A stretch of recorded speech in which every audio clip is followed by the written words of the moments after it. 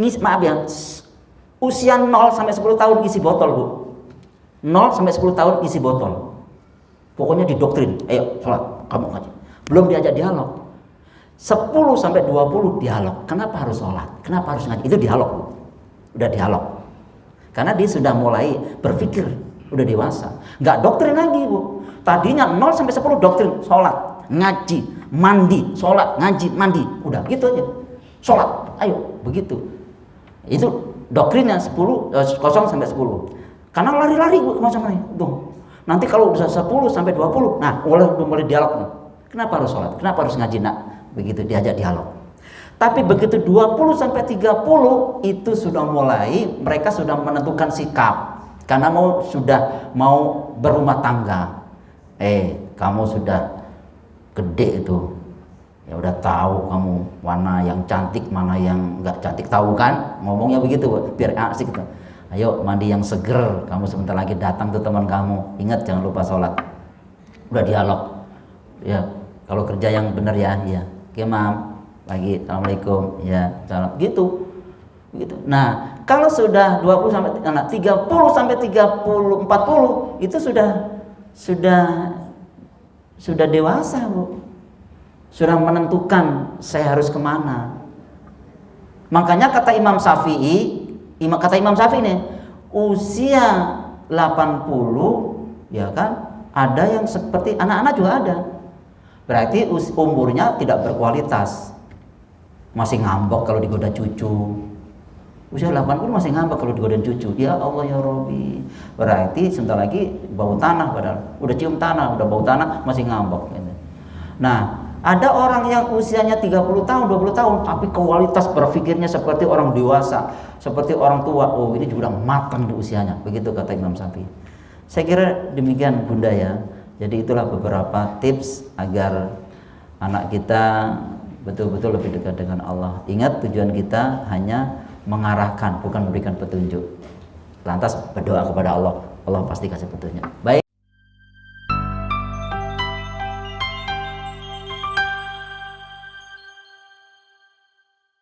Bismillahirrahmanirrahim.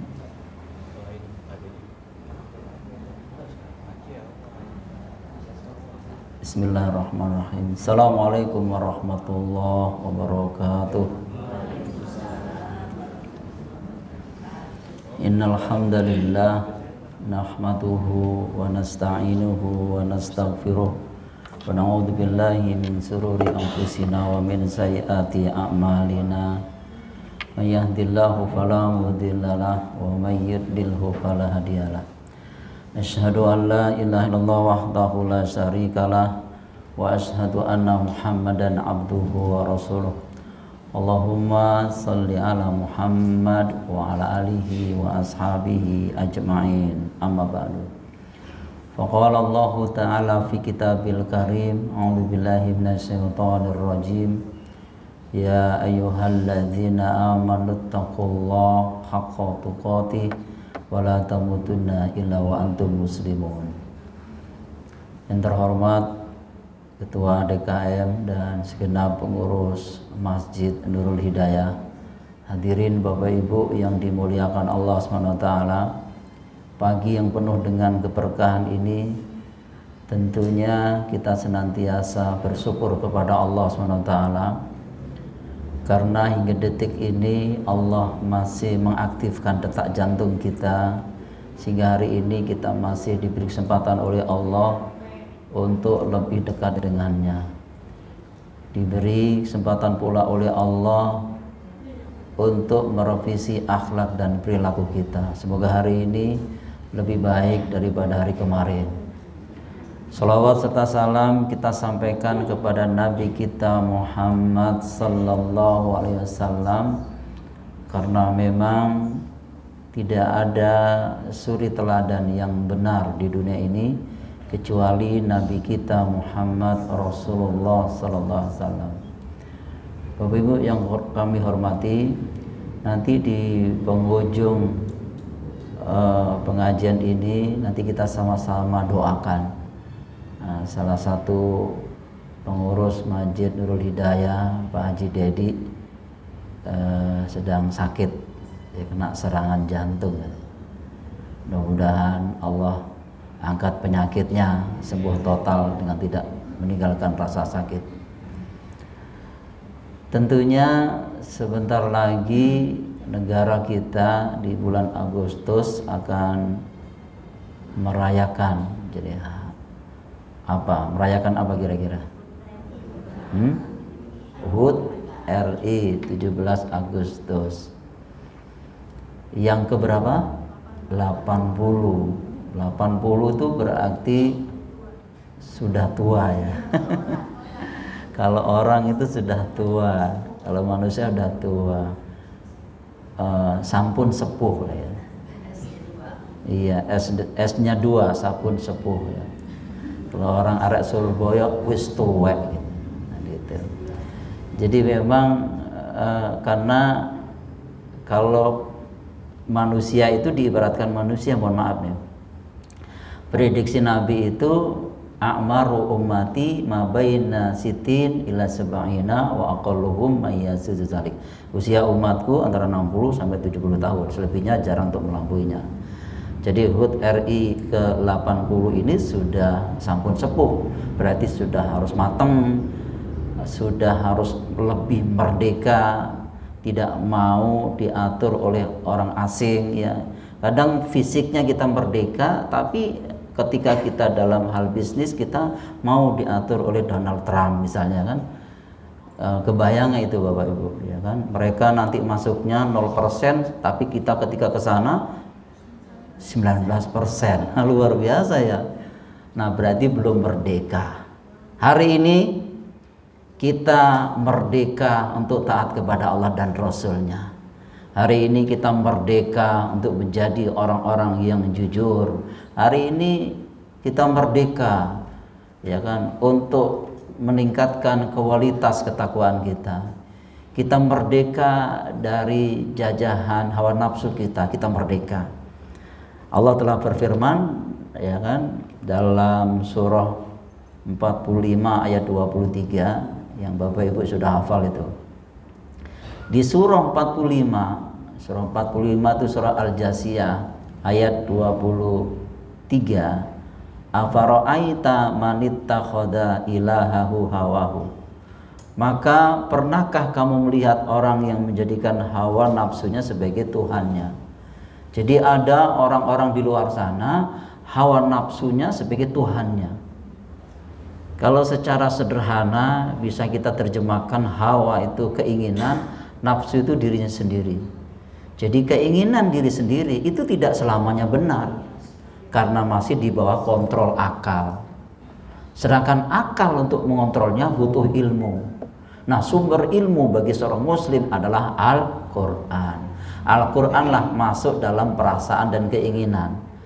Output daripada perasaan dan keinginan akan melahirkan orang yang beriman dan bertakwa. Begitu. Nah, sebab itu jangan sampai kita tidak merdeka karena kita masih diperbudak oleh hawa nafsu. Keinginan dengan kebutuhan sangat berbeda. Makanya Allah lebih mengabulkan kebutuhan daripada keinginan. Kebutuhan manusia Allah tahu persis, sedang keinginannya itu macam-macam. Nah, sebab itu hari ini jangan sampai kita tidak merdeka. Jadi ada orang yang diperbudak oleh hawa nafsunya, menghalalkan segala cara. Kalau toh mereka pedagang mengurangi takaran timbangan, hanya gara-gara beras sendiri pun dioplos berasnya. Ini juga termasuk mereka diperbudak oleh hawa nafsu. Ya, yang tadinya rojo lele pulen akhirnya nggak pulen lagi. Ya, beras premium dan nggak ngerti itu beras premium terus beras yang raskin ya, mereka lebih paham betul. Tapi kenapa mereka tidak merdeka? Masih diperbudak oleh hawa nafsu sehingga mereka menghalalkan segala cara. Dan menurut informasi dari presiden kita, setahun kerugiannya berapa negara? 100 triliun. Luar biasa itu setahun tuh. Bayang nggak itu kalau dikembalikan rakyat Indonesia ini mungkin tidak seperti di Gaza kan gitu. Saya mohon maaf. Nah sebab itu harus merdeka, diperbudak oleh hawa nafsu. Kalau toh kita menjadi pejabat, jangan sampai kita diperbudak oleh hawa nafsu sehingga menghalalkan segala cara, mengkhianati rakyatnya, korupsi, manipulasi data, sehingga mereka tidak merdeka. Nah, inilah berarti di luar sana ada orang fisiknya merdeka, tapi pada hakikatnya mereka belum merdeka karena diperbudak oleh hawa nafsu. Sudah punya istri masih selingkuh, berarti nggak merdeka dia, ya kan? Sudah punya istri masih memperkosa, bayangkan, kebayang itu, sudah usianya 60-70 memperkosa anak-anak di bawah umur, ya kan? Ketangkep itu kan, ternyata diantaranya yang satunya adalah bapak kandungnya sendiri. Nah, kebayang, berarti mereka belum merdeka. Padahal dari awal kita sudah dikasih merdeka oleh Allah untuk apa? Lebih dekat dengannya dan menentukan arah kehidupannya, yakni ke jalan yang benar sampai ending kehidupannya husnul khotimah.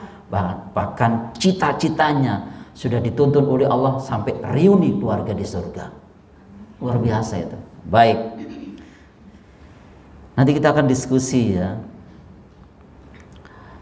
Maka makna merdeka yang paling esensial adalah merdeka dalam bertauhid kepada Allah. Merdeka dari segala urusan, keinginan, hawa nafsu dunia, dan mendedikasikannya dirinya hanya kepada Allah. Merdeka.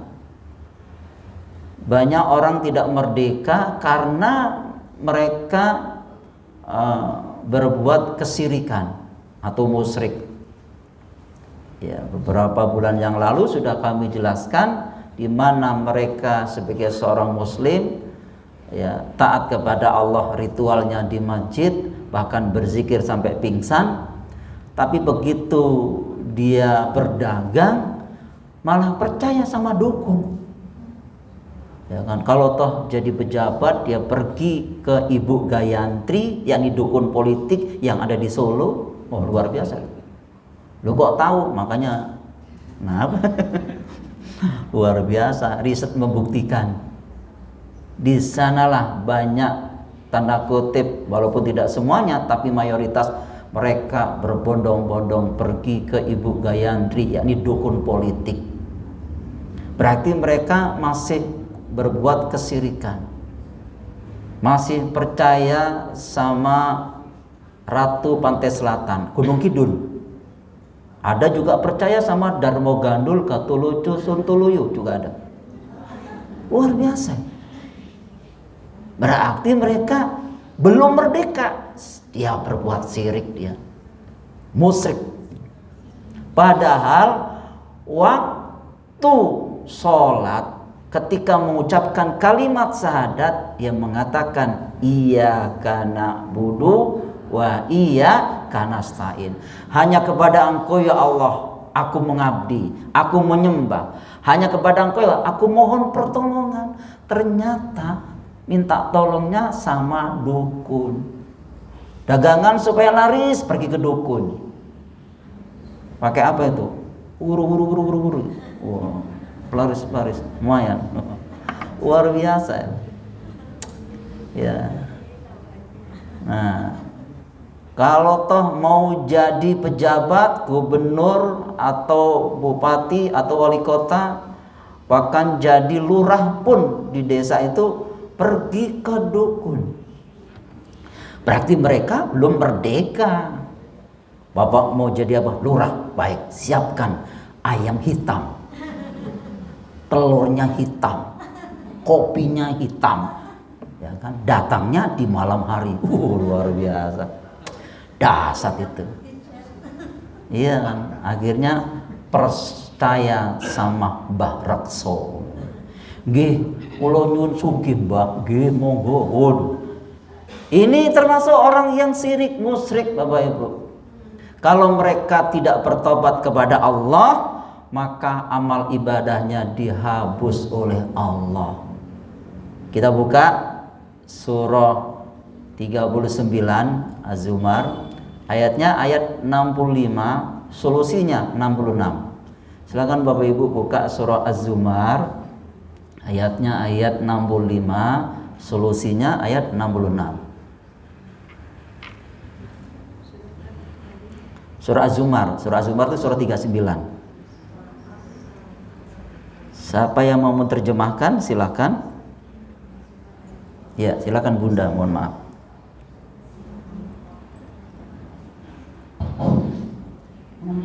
Iya, 65. Bismillahirrahmanirrahim.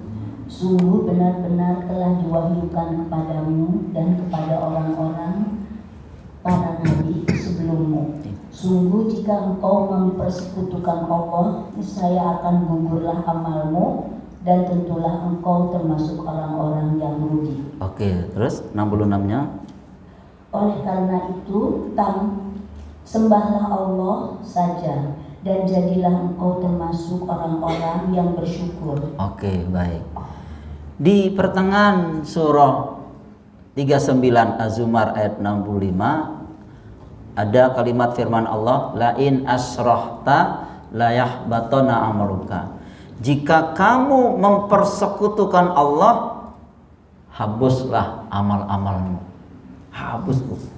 Ini ceritanya belum sempat bertobat sampai meninggal dalam keadaan kemusyrikan, dalam keadaan syirik. Hapuslah amal-amalmu. Beberapa mufasir menjelaskan termasuk amal soleh, ibadah sholat 5 waktu, hapus. Termasuk ibadah umroh dan haji, hapus. Sedekah-sedekahmu hapus karena mempersekutukan Allah. Hapus. Rugi enggak? Merugi. Sebab itu tinggalkan perbuatan syirik. Hanya kepada Allah bertawakal, hanya kepada Allah kita memohon minta pertolongan. Ucapkan dalam diri kita kepada Allah dengan semangat, hasbunallah wa ni'mal wakil, ni'mal maula wa ni'man nasir. Maka di ayat 66-nya, hanya Allah saja yang kamu sembah, hanya kepada Allah saja yang kamu mohon pertolongan. Jadi kita katakan hasbunallah wa ni'mal wakil, ni'mal maula wa ni'man nasir. Itu surah berapa itu? Hasbunallah wa ni'mal wakil surah berapa? Siapa yang ingat? Enggak. Ada yang ingat enggak? Dapat hadiah loh. Ni'mal maula wa ni'man nasir surah berapa? Masa lupa? Kan pengajian tiap hari. Oh, saya yang ingat ya. Baik, coba kita buka surah 8. Surah 8 surah Al-Anfal. Yang pertama dulu ya. Pertama surah 7. Saya mohon maaf, surah 7. Surah 7 itu kok surah 7? Surahnya surah 3 kok surah 7. Maaf. Surah 3 itu surah Ali Imran, ayatnya 173. Coba dicek. 173. Di surah 3 ayat 173. Silakan diterjemahkan karena di akhir itu ada kalimat wa qalu hasbunallah wa ni'mal wakil. Ya, silakan diterjemahkan biar kita merdeka.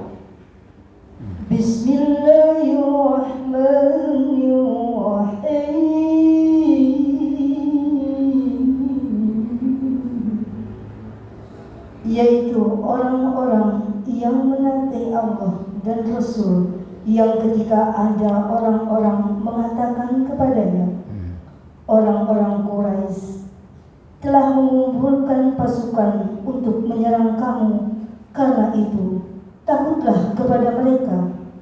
Ternyata ucapan itu merubah kuat iman mereka, dan mereka menjawab, cukuplah Allah menjadi penolong bagi kami, dan Dia sebaik-baik pelindung. Oke. Oke, baik, terima kasih. Jadi hasbunallah wa ni'mal wakil. Ni'mal maula wa ni'man nasir surah berapa? Kita buka surah 8 ayat 40. Surah 8 ayat 80 berarti surah Al-Anfal. Jadi pertama surah 3 ayat 173 hasbunallah wa ni'mal wakil, dan di surah 8 ayat 40 ni'mal maula wa ni'man nasir. Ada di situ? Iya, kalau nggak salah benar. Ya, silakan Bunda, mohon maaf. Ayat 40-nya ya. Bismillahirrahmanirrahim. Dan jika mereka berpaling, maka ketahuilah bahwa sesungguhnya Allah pelindungmu. Dia adalah sebaik-baik pelindung dan sebaik-baik penolong. Jelas di situ Bapak Ibu. Ya, ni'mal maula wa ni'man nasir. Dia adalah sebaik-baik pelindung dan sebaik-baik penolong. Pertanyaannya, kenapa percaya sama orang pinter? Kenapa percaya sama si Joko Bodo?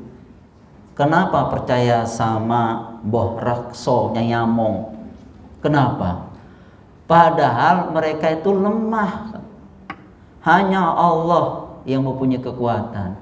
Mintalah sama Allah, jangan minta ke dukun. Berarti mereka syirik. Maka kita merdeka untuk bertauhid kepada Allah. Katakan la ilaha illallah.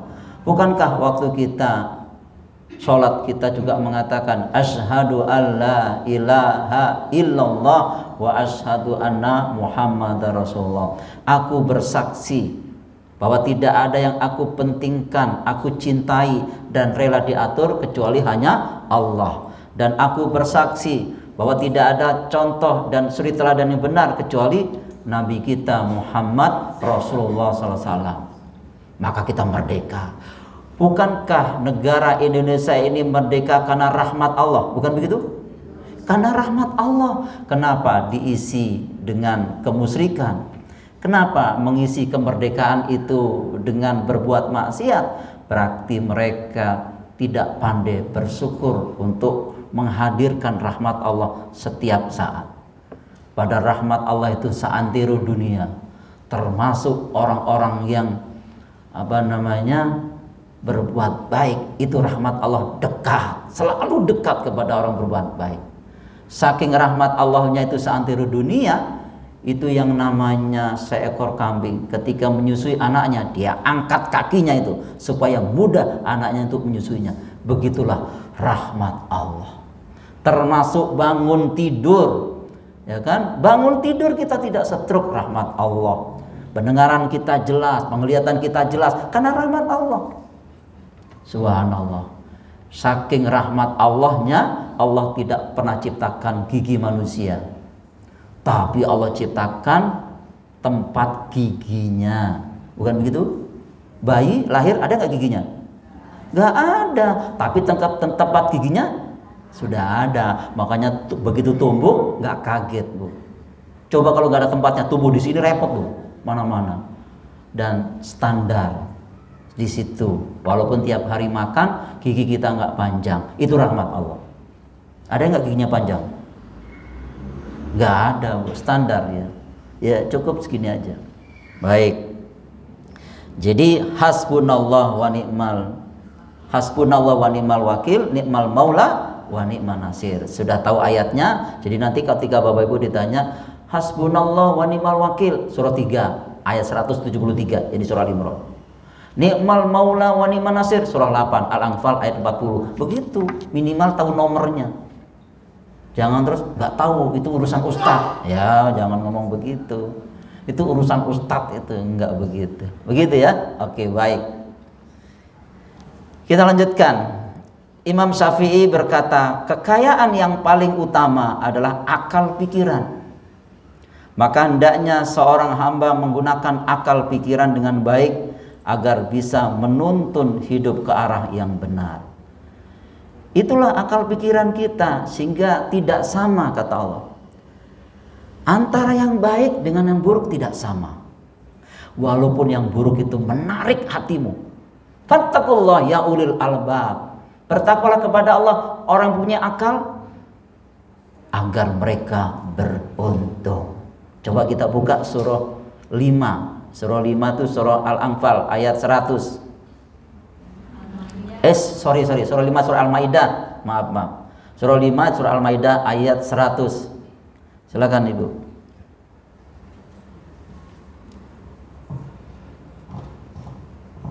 Bismillahirrahmanirrahim.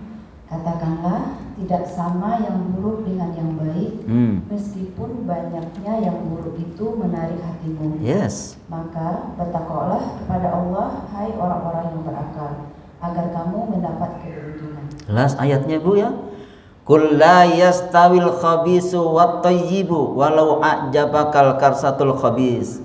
Jadi memang tidak sama kebaikan dengan keburukan. Not equal, nggak sama. Walaupun buruk itu menarik hatimu. Di luar sana, loh iya Pak, selingkuh itu menarik kalau nggak ketahuan. Tapi itu buruk bagimu, kata Allah. Makanya lagunya sepanjang jalan tidak ketahuan. Itu lagunya. Bukan sepanjang jalan kenangan, tapi sepanjang jalan tidak ketahuan. Muter-muterlah di Senayan City, muter-muter di Gandaria City, terus begitu aja. Muter, padahal di rumah ada istrinya, di rumah ada suaminya. Berarti yang buruk dengan yang baik tidak sama, walaupun yang buruk itu menarik hatimu. Manipulasi data menarik gak tuh? Menarik, tapi gak sama kata Allah dengan orang-orang yang jujur. Tapi Pak, kan lumayan SOP. Apa tuh SOP? Sekedar ongkos pulang. SOP sekedar ongkos pulang, lumayan 100.000. Besok lagi manipulasi data, ya rembesan 200.000. Besok lagi 500 sampai 1 juta. Kata Allah, tidak sama. Yang baik dengan yang buruk tidak sama. Orang-orang yang mempunyai akal sehat tentu dia bisa memilih dan memilah. Fattakullah ya ulil albab, bertakwalah wahai orang-orang punya akal sehat. Ya kan? Untuk apa? Kamu bisa memilih ini istrimu dan ini istri orang lain. Nah, itu gak sama. Kadang di luar sana gak bisa membedakan Bapak Ibu. Ya kan? Kebayang gak? Di luar sana ada orang tidak bisa membedakan mana istrinya dan mana sekretarisnya. Istrinya diperlakukan seperti pembantunya, sementara sekretarisnya diperlakukan seperti istrinya. Kebolak-balik itu. Ya kan? Gak pulang-pulang, muter-muter aja situ. Ya, nanti kita shopping center ya. Meeting pointnya di mana? Biasa diantar kafe dulu ya, oke ya. Asik betul. Dia nggak bisa membedakan. Berarti mereka buta mata hatinya, akalnya nggak sehat. Orang yang berakal dia bisa. Ya. Umumnya, saya mohon maaf nih, umumnya seorang suami ditelepon istrinya itu nadanya datar nadanya. Tapi kalau ditelepon selain istrinya, temennya atau sekretaris, nadanya mendayung-dayung. Karena memang nggak sehat di saat itu. Kebayang nggak? Kalau misalkan istrinya telepon, Assalamualaikum, Waalaikumsalam. Kenapa Mam? Enggak, kenapa? Masih jam 11 kok telepon? Luar biasa. Enggak, Mama cuma kangen aja. Ya nanti kon bisa.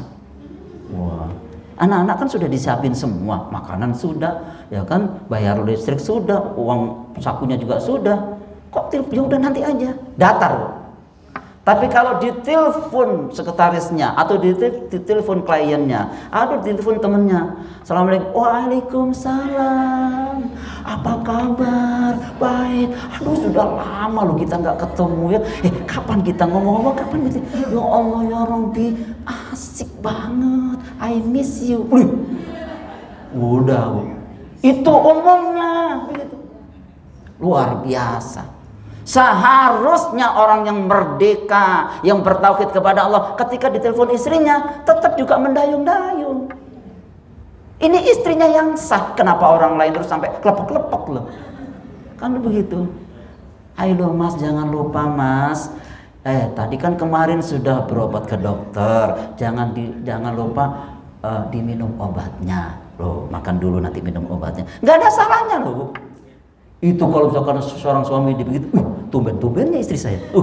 Asik itu, harus dilakukan seperti Khadijah dengan Nabi, seperti Aisyah dengan Nabi, begitu, ya kan? Nah, inilah ya kan, kadang tanda kutip nih, kadang di rumah itu teh manis jadi pahit, sementara di kantor teh tawar jadi manis. Tergantung apa? Tergantung excellent atau ngeselin. Itu diminum tuh tehnya dari tadi udah bikinin panas, udah dingin. Minum tehnya. Udah siang tuh. Oh, sampai kerubunin semut kan. Aduh. Udah itu teh manis jadi pahit, Bu. Belum merdeka. Sementara di kantor teh tawar jadi manis. Mas, diminum teh tawarnya. Nanti kalau kurang aku tambahin lagi loh, Mas. Ayo dicoba, bawanya enak loh. Begitu langsung kelepek-kelepek, Bu. Memang kelemahannya seorang laki-laki itu di situ. Makanya ibu jangan lupa perlakukan, kalau punya, maaf nih, misalnya punya anak nih, ya kan, jangan durusin, jangan hanya anaknya sendiri yang durusin, suami juga diurus. Yang ngurusin kaos kakinya, ngurusin makannya. Ingat, ibu-ibu juga punya bayi besar. Siapa? Suaminya. Mas, ini kaos kakinya. Ini, oh ya, ini makan. Seneng tuh, Bu. Betul seneng itu. Karena saya laki-laki soalnya. Ini rahasia ya. Luar biasa. Insya Allah excellent ya. Jangan sampai ngeselin. Jadi di rumah tadi ngeselin, akhirnya teh manis jadi pahit. Sementara di kantor teh tawar jadi manis. Karena cara menyediakan excellent gitu. Begitu. Baik. Maka kita harus merdeka. Kita harus merdeka. Jika akal pikiran kita menang, bisa menuntun hawa nafsu, maka manusia itu akan berhasil. Akan berhasil. Merdeka hanya secara fisik, tapi bisnis yang lain dalam gagasan atau pikiran untuk menjalankan kehidupan bernegara masih dikuasai oleh orang lain. Berarti belum merdeka. Hari ini kita ketentukan. Coba Bapak Ibu buka surah 16. Surah 16 ayat 75 sampai 76. Allah membuat metafor atau perumpamaan kepada orang-orang yang budak ya, ditindas oleh majikannya. Begitu juga ada orang-orang yang dikasih rezeki, dia bisa mengatur semua ekonominya, dia merdeka di situ. Surah 16 berarti surah An-Nahl ya. Ayatnya 75 sampai 76. Yang ibu-ibu sudah hafal itu kan? Silakan Bapak Ibu diterjemahkan, mohon maaf. Bismillahirrahmanirrahim. Allah membuat perumpamaan dengan seorang hamba sahaya yang dimiliki yang tidak dapat bertindak terhadap sesuatu pun, dan seorang yang kami beri rezeki yang baik dari kami. Lalu dia menafkahkan sebagian dari rezeki itu secara sembunyi dan secara terang-terangan. Adakah mereka itu sama? Segala puji hanya bagi Allah, tetapi kebanyakan mereka tiada mengetahui. Terus? Dan Allah membuat pula perumpamaan dua orang lelaki yang seorang bisu tidak dapat berbuat sesuatu pun, dan dia menjadi beban atas penanggungnya.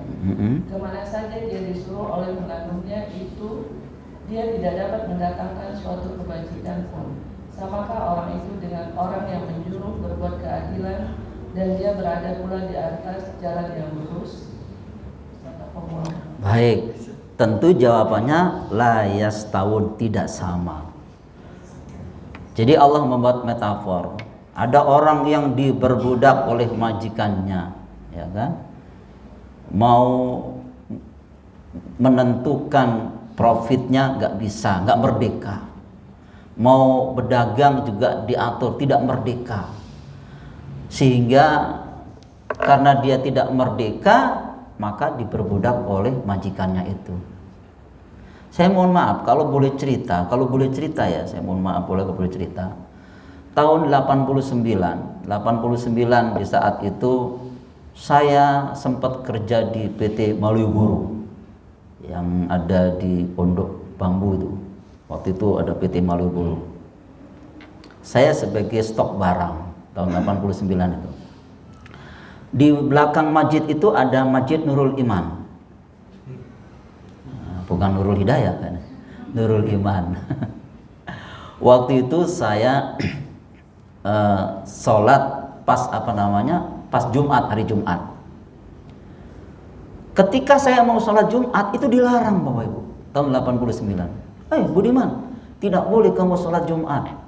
Kenapa? Nanti pembeli itu banyak, jadi nggak ada yang lain. Kamu tidak boleh sholat Jumat.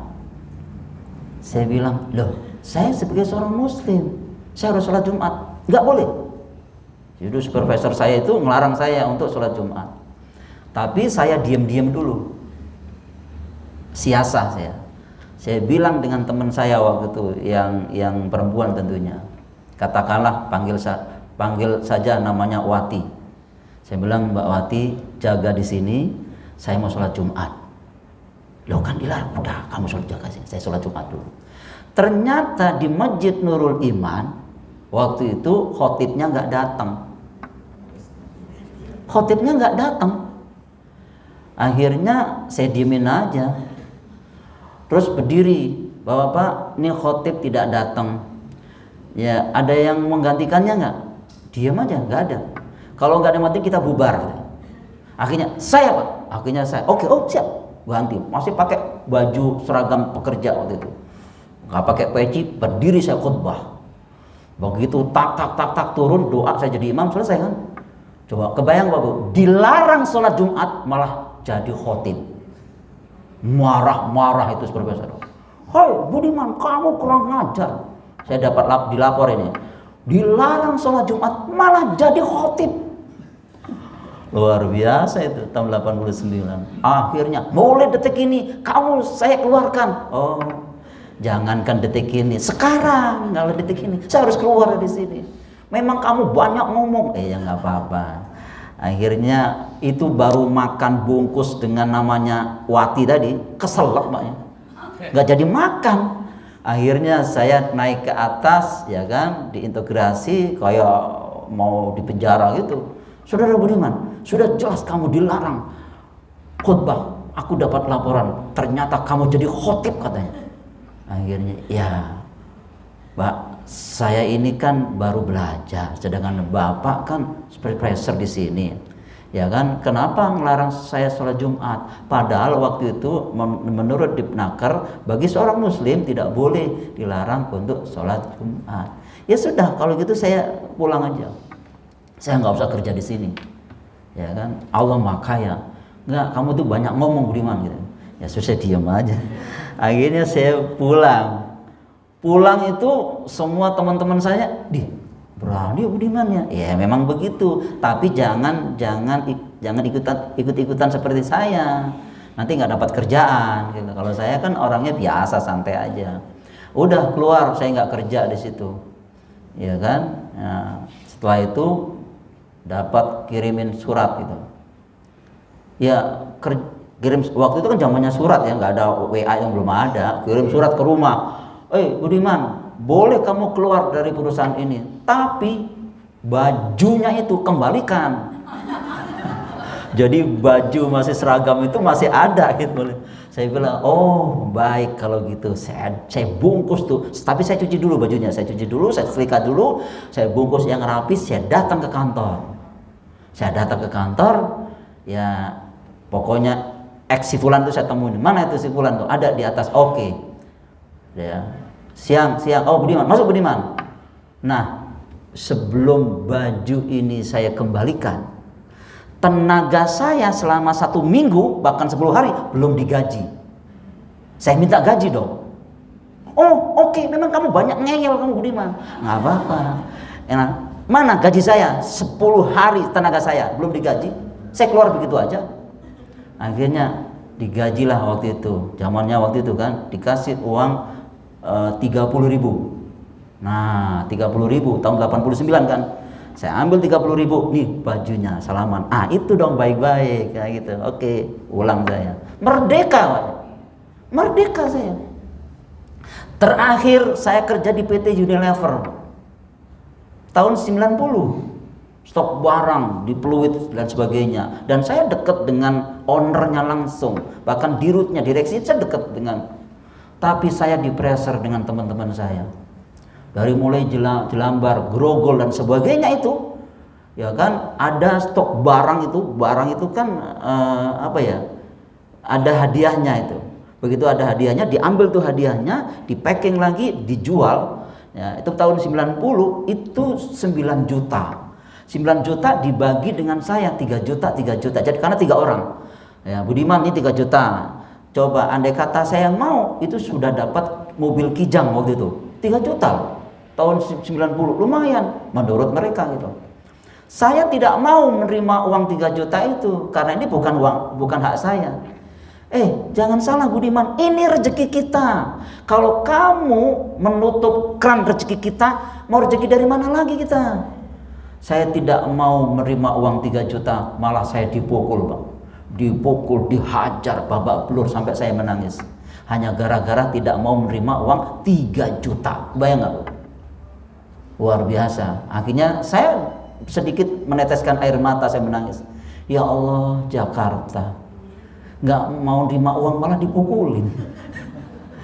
Akhirnya saya sholat zuhur berdoa sama Allah, minta yang terbaik. Ya saya harus keluar dari sini. Emang nggak cocok gitu. Nah itu begitulah cerita singkatnya. Panjang Bu, kalau dijadikan buku itu 9 jilid tuh. Benar itu. Oke, baik ya.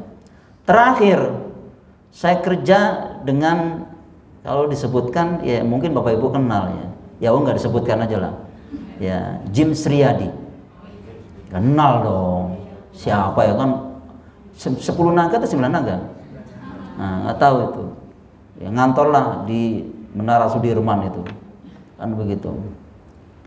Di banyak lipo-lipo kan mereka kan begitu kan. Akhirnya karena kebiasaan saya itu khotib ya.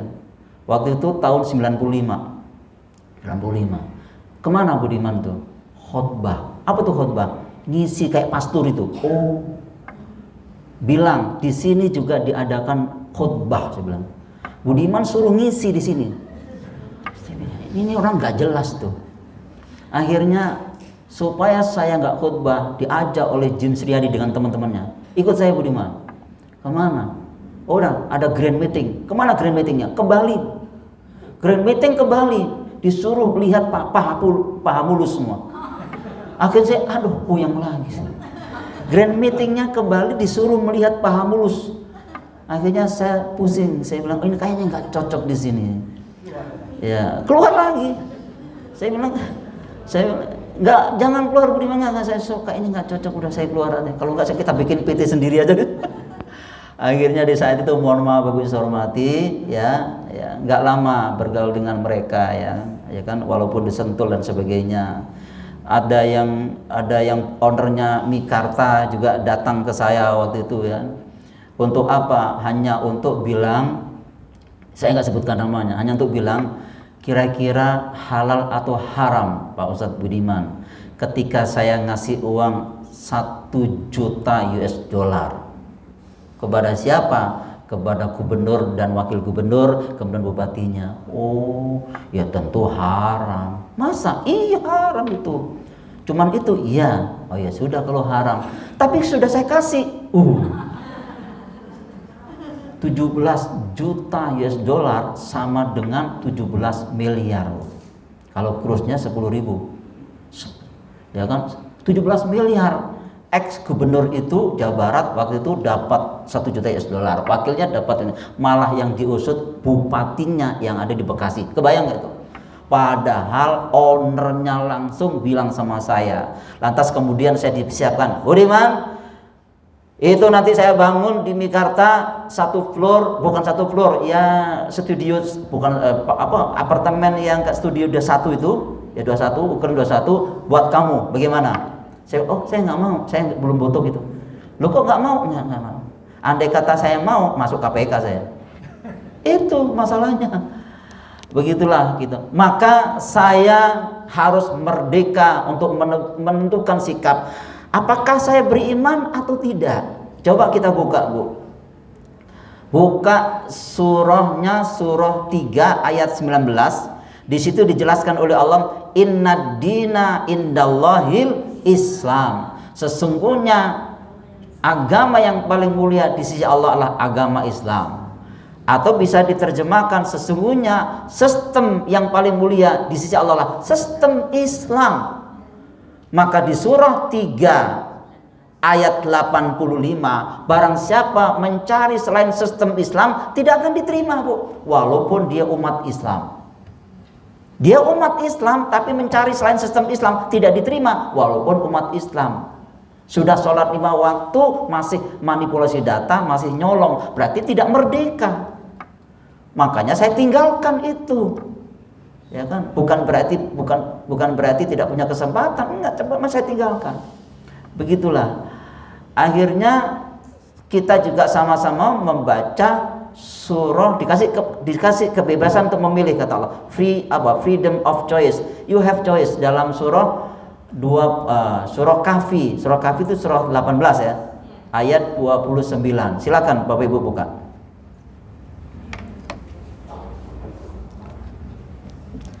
Kahfi 18 ayat 29.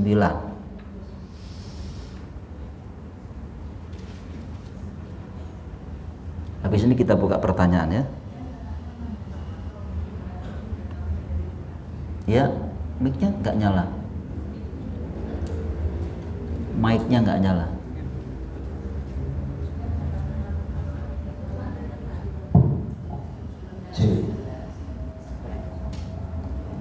Ganti mic Bunda, mohon maaf. Iya. Iya, silakan. Karena di sini kan bukan takbir akbar ya. Kita kajian jadi rileks santai aja. Dan katakanlah Muhammad, kebenaran itu datangnya dari Tuhanmu. Oke. Barang siapa menghendaki beriman, hendaklah dia beriman. Oke. Dan barang siapa menghendaki kafir, biarlah dia kafir. Oke. Sesungguhnya kami telah menyediakan neraka bagi orang zalim, yang gejolaknya mengepung mereka. Jika mereka meminta pertolongan minum, mereka akan diberi air seperti besi yang mendidih, yang menghanguskan wajah. Itulah minuman yang paling buruk dan tempat istirahat yang paling jelek. Oke, baik.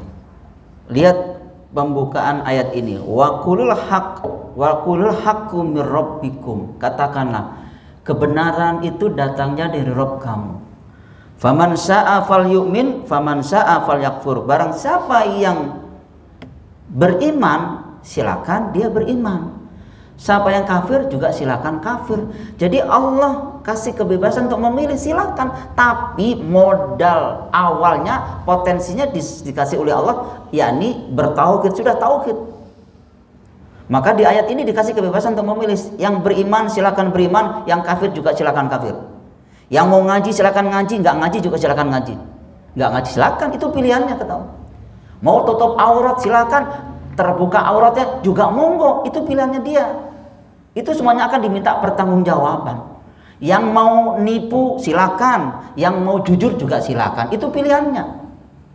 Jadi Allah nggak pusing, cuma Allah sediakan di situ. You mau masuk surga atau masuk neraka, hanya itu pilihannya di akhirat nanti. Disinilah kita sebagai seorang yang beriman, yang mempunyai akal sehat, tentu memilih yang benar, berpihak kepada Allah dan Rasul, yakni kejujuran, yakni sistem Islam. Ya, silakan yang mukmin silakan, yang kafir juga silakan, itu pilihannya. Jadi kita tidak perlu pusing, mau ngaji silakan, nggak ngaji juga silakan. Ada 2 option, pilih mana? Jujur mati, nggak jujur juga mati, mendingan mana? Jujur mati, nggak jujur juga mati, mendingan mana? Iya. Ngaji mati, nggak ngaji juga mati, mendingan mana? Nggak ada orang nggak ngaji tuh nggak mati tuh, nggak ada. Nongkrong, nggak pernah sholat tahajud, nggak pernah sholat subuh, nggak ada orang nggak mati. Suatu saat pasti juga meninggal. Cuma pertanyaannya, apakah selesai masalah? Belum, menunggu masalah. Begitulah, maka kita harus merdeka, ya kan, dari berbudak oleh hawa nafsu tadi. Baik, merdeka dalam arti ini memandang Muslim seharusnya tidak terkungkung pada urusan dunia yang tidak kekal. Bukan berarti tidak mengerjakan dan meninggalkan dunia sama sekali. Jadi banyak orang, ya kan, disibukkan oleh dunia, lupa akan kehidupan akhirat. Berarti mereka belum merdeka. Padahal kata Allah, silahkan kamu mencari kebahagiaan akhirat, tapi jangan lupakan bagianmu di dunia. Begitu. Jadi yang menentukan kita masuk surga atau masuk neraka adalah bukan di akhirat, tapi di dunia. Kenapa? Di dunialah tempat kita menanam benih-benih amal soleh. Di dunialah tempat kita rukuk dan sujud. Di dunialah tempat kita bekerja yang benar. Di dunialah kita menyambung tali cinta silaturahmi. Itu di dunia. Begitulah firman Allah dalam surah Al-Qasas surah 28 ayat 77. Wabtaghi fima atakallahu darul akhirah. Carilah kebahagiaanmu tentang negeri akhirat. Fokus ke surga. Tapi poin yang kedua, wala tansa nasibaka minad dunya. Jangan lupakan bagianmu di dunia. Justru orang-orang fokus ke akhirat, dia tidak pernah lupa kehidupan dunia. Dia juga bekerja, dia juga menyambung tali cinta silaturahmi, dia juga sholat, dia juga rukuk dan sujud, dia juga makan, dia juga puasa. Itu di dunia, bukan di akhirat. Untuk mendapatkan dua-duanya bagaimana? Akhirat juga dapat, dunia juga dapat. Maka poin yang ketiga di surah Al-Qasas ayat 77 dijelaskan oleh Allah, wa aksin kama aksanallahu ilaika. Berbuat baiklah kamu sesama manusia sebagaimana aku telah berbuat baik kepada kamu. Berarti tidak boleh dendam, tidak boleh dengki, tidak boleh menebarkan virus fitnah, tidak boleh menghina, tidak boleh angkuh dan sombong, tidak boleh merasa hebat. Maka kita tetap menebarkan kasih sayang sesama manusia. Dan poin keempat, wala tabghil fasada fil ard. Dan janganlah kamu membuat kerusakan di muka bumi. Membuat kerusakan di muka bumi bukan hanya sekedar physically, tapi demoralisasi, dehumanisasi, bahimiah ismo, itu termasuk membuat kerusakan. Jadi pedagang tradisional mengurangi takaran timbangan, itu juga termasuk membuat kerusakan. Beras dioplos, itu membuat kerusakan. Jadi pejabat mengkhianati rakyatnya, itu menjadi membuat kerusakan. Jadi rakyat kecil, saya tanda kutip, sudah miskin, gak pernah mandi, gak pernah sholat. Kebayang itu? Sedih saya rasanya. Makanya kalau saya baca ada 4 kategori menurut Imam Syafi'i itu. Bukan Imam Syafi'i, Imam Al-Ghazali. Imam Al-Ghazali mengatakan ada 4 kriteria manusia. Yang pertama, sahidun fid dunya wa sahidun fil akhirah. Bahagia di dunia, bahagia di akhirat. Ya, contohnya dia sudah kaya, ya kan? Bahkan kan ada 3 tingkatan kaya kan? Kaya banget, kebangetan kayanya. Jadi yang ketiga tuh kebangetan kayanya. Ya kan, deposito sudah di mana-mana. Ya kan, pabrik di mana-mana, perusahaan di mana-mana. Dia tidak lupa untuk sujud kepada Allah. Dia tetap menyantunin anak yatim. Dia juga tetap berbaik kepada orang-orang yang miskin. Dia sudah care dengan keluarganya. Gak pernah dendam, gak pernah dengki. Kata Imam Ghazali, 1001 bandingannya. Luar biasa. Inilah yang ini sebagai referensi ya, digambarkan oleh Allah di dalam surah 22 ayat 41. 22 ayat 41. Kalau begitu kita baca aja surah 22 ayat 41. Ini poin yang pertama.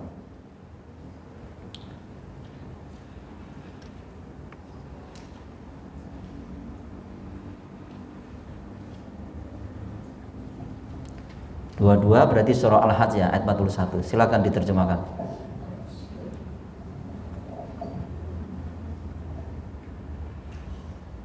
Yaitu orang-orang jika kami beri kedudukan di bumi, mereka melaksanakan sholat, menunaikan zakat, dan menyuruh berbuat yang makruh dan mencegah dari yang mungkar, dan kepada Allah kembali segala urusan. Yes, makasih. Jelas ayatnya. Orang-orang yang Allah kasih kedudukan di muka bumi ini, dia tidak lupa untuk mendirikan sholat. Dia juga tidak lupa untuk mengeluarkan zakatnya 2,5%, bahkan sedekahnya. Dia juga tidak lupa untuk berdakwah, menyuruh yang ma'ruf, mencegah yang mungkar. Inilah orang-orang yang merdeka di hadapan Allah. Dikasih kedudukan, Bu. Jadi presiden, jadi wakil presiden, jadi menteri, tapi tidak lupa untuk sujud kepada Allah. Ini baru security, gak pernah sholat. Kebayang nggak, Bu? Ini kalau masuk neraka jenderal itu. Makanya saya bilang, Pak, sholat Jumat, tapi kan saya jadi security, kan bisa break sebentar. Nanti kan bisa di rolling dengan temennya. Ini nggak pernah sholat, baru jadi security nggak pernah sholat, masuk neraka jenderal. Jadi harusnya dia seperti surah 22 ayat 41 tadi. Ya, bahagia di dunia, bahagia di akhirat. Bandingannya kata Imam Ghazali 1001. Yang kedua, sa'idun fid dunya wa saqiyun fil akhirah. Senang dan bahagia di dunia, tapi celaka di akhirat. Dia kaya, Bu, tapi korupsi, manipulasi data. Dia kaya, tapi juga memelihara tuyul. Bayangkan, ya kayak babi ngepet gitu, ya kan? Kok masih ada? Oh, jangan salah, Bu, masih ada itu. Gak percaya, silakan. Tapi begitulah kenyataannya. Kalau Bapak Ibu riset ke Jember, ke Pasuruan sampai Banyuwangi itu banyak klinik-klinik dan kemusyrikan. Kalau Bapak Ibu pergi ke Jogja di ujung paling sana banyak kemusyrikan, Bu, di sana. Kalau Bapak Ibu pergi ke Padang di ujung sana sampai ke Aceh ujung sana, itu juga banyak orang-orang kemusyrikan. Makanya masih percaya sama mereka. Sahainlah, dia kaya, Bu, kaya, tapi mereka menghalalkan segala cara. Mereka senang di dunia, tapi celaka di akhirat. Ketiga, kata Imam Ghazali, sakiyun fid dunya wa sa'idun fil akhirah. Dia rugi di dunia, tapi bahagia di akhirat. Kali lubang tutup lubang, ya kan? Kemiskinannya dia tidak lupa untuk sujud kepada Allah. Walaupun lapar pun dia tidak lupa untuk sujud kepada Allah. Dia semangat, dia tidak menjual akidahnya, dia tidak menjual agamanya hanya gara-gara Indomie rebus sudah murtad. Ya, kebayang gak itu? Ada juga yang peranannya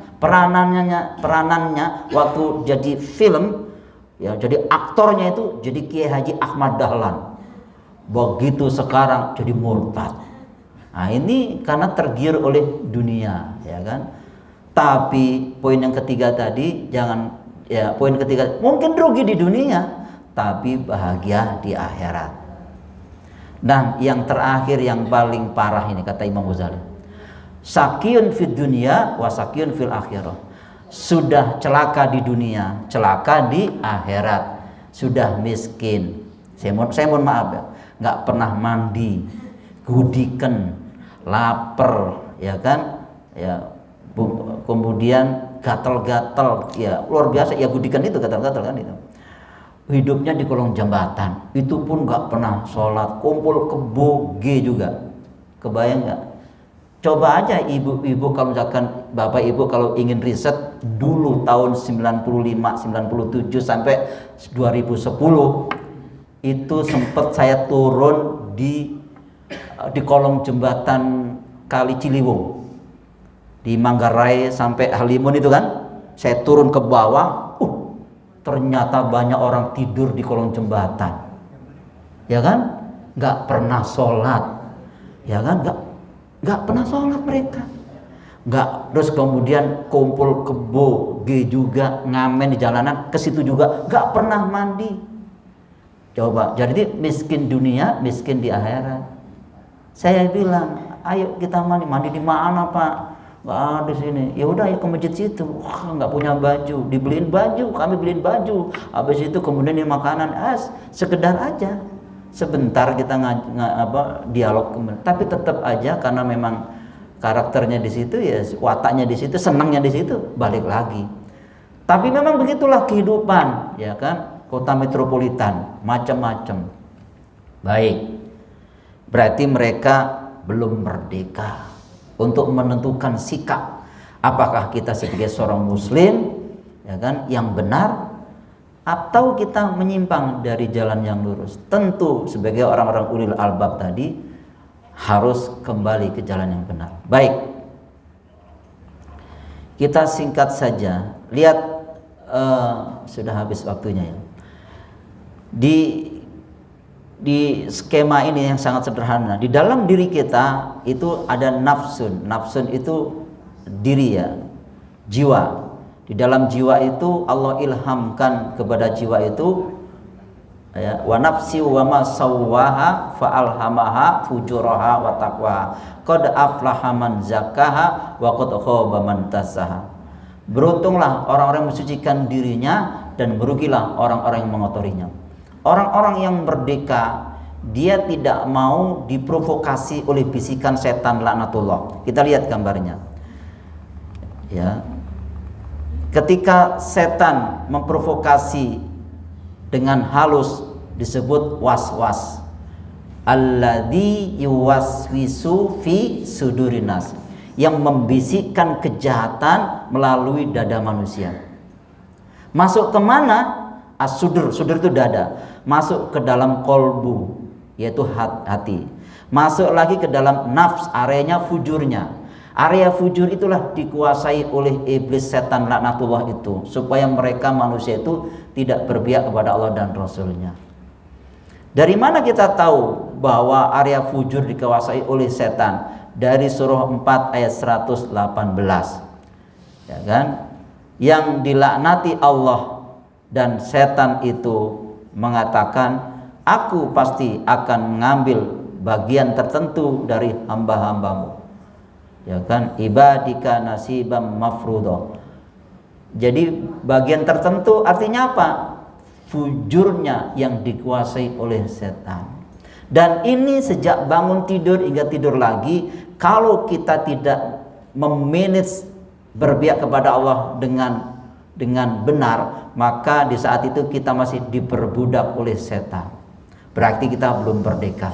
Contoh, padahal awalnya kita sudah merdeka. Contoh, waktu kita mau tidur kita berdoa kepada Allah, ya Allah bangunkan aku jam 3 agar aku sholat tahajud.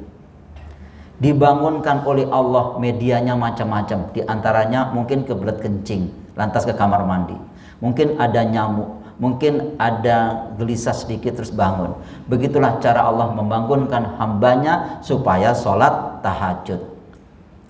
Begitu bangun, iblis masuk setannya, alladzi yuwaswisu fi sudurinas, yang membisikkan kejahatan melalui dada manusia, area fujurnya.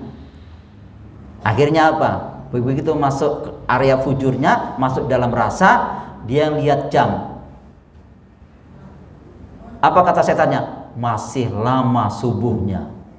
Subuh itu jam 4.44. Jadi kamu bisa rebahan sebentar, tarik selimutnya karena AC-nya dingin. Kemudian dibenarkan oleh otaknya, benar juga ya, masih lama. Berarti di saat itu sudah terprovokasi oleh siapa? Setan laknatullah. Akhirnya, oh iya sih, masih lama, boleh dong kita tarik selimutnya karena masih lama. Akhirnya ditarik selimutnya, kebablasan, bangunnya 5:30. Berarti masih dijajah oleh setan laknatullah. Padahal Allah sudah katakan, get up, kau harus bangun. Ayo bangun, ambil air wudhu, sholat tahajud, minta sama aku. Katanya kamu banyak masalah, aku tunggu jam 3 gak datang-datang. Katanya kamu banyak ribet, masalah kantor, masalah rumah tangga, masalah ekonomi, aku tunggu jam 3 kamu gak datang-datang. Kamu maunya apa? Coba. Padahal banyak masalah, ditunggu oleh Allah jam 3 pagi, gak datang-datang. Harusnya kita memenuhi panggilan Allah dan merdeka. Kita campakkan bantal guling kecintaan kita. Oh, kita minggir, ambil air wudhu. Makanya Nabi dalam pelukan Aisyah, dia tidak pernah mengganggu Aisyah. Dia mengatakan begini. Dia apa ya? Dalam pelukan Aisyah kemudian dilepas pelukannya pelan-pelan. Dia minta izin, Aisyah, izinkan aku untuk menemui Tuhanku. Aisyah langsung kaget. Ya Nabi, aku senang jika engkau dekat denganku, tapi aku lebih senang jika engkau lebih dekat dengan Tuhanmu. Akhirnya Nabi ambil air wudhu, terus kemudian sholat tahajud. Lantas Nabi mengatakan, Aisyah, malam hari ini akan turun satu ayat, celakalah orang-orang yang tidak mau menganalisa dan ayat-ayat itu. Celakalah orang-orang yang tidak mau bergegas, ya kan, untuk memenuhi panggilan Allah.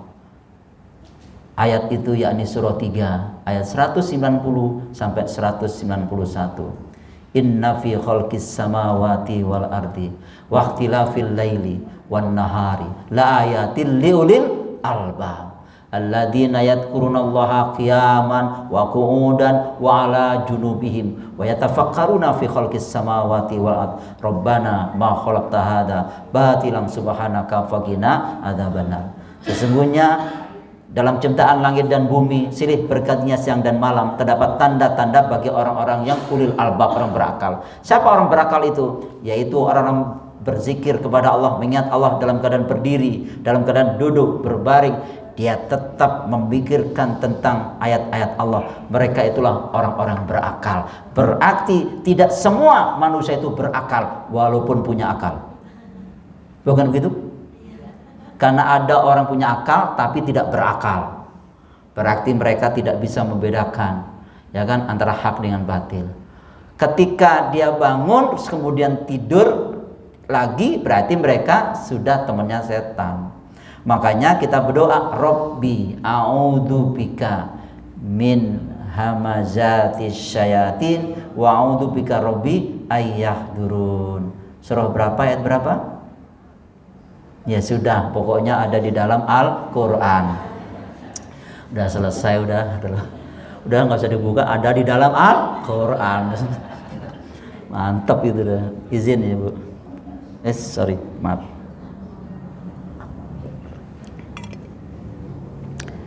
Surah berapa Bapak Ibu? Ingat?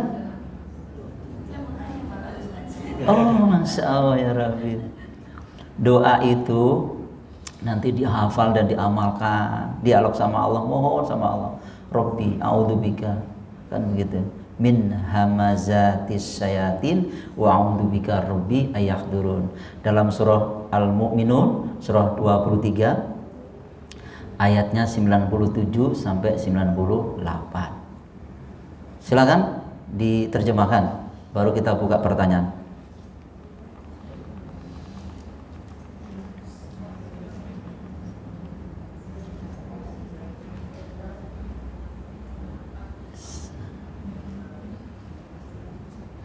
Nanti materinya saya share ya dalam bentuk PDF, walaupun belum selesai tapi saya share dalam bentuk PDF ke pengurus, nanti di share ke seluruh jamaah. Bismillahirrahmanirrahim. Dan katakanlah, ya Tuhanku, aku berlindung kepada Engkau dari bisikan-bisikan setan. Terus 98-nya. Dan aku berlindung pula kepada Engkau, ya Tuhanku, agar mereka tidak mendekati aku. Nah, enak kan doanya? Ih, enak banget doanya Bu. Ngobrol sama Allah, Rabbi a'udzubika min hamazatis syayatin wa a'udzubika Rabbi ayyahdurun. Doa, ngomong bro sama Allah. Jangan asik ngomong sama mantan pacarnya. Nanti malah bingung gitu ya. Baik. Saya kira begitu Bapak Ibu yang saya hormati, karena waktunya sudah jam 9 lebih, kita buka saya tanya jawab ya. Materinya belum selesai nanti, tapi tetap saya share ya. Ada yang bertanya kami persilakan. Jadi Bapak Ibu tanya apa saja, silakan. Tanya apa saja. Ya, silakan Bunda, mohon maaf. Terima kasih, tadi kita sudah bersama-sama mendengarkan tausiah dari Bapak Kiai. Ini mohon diralat nih Pak Kiai, apakah ini merupakan satu mutiara Islam?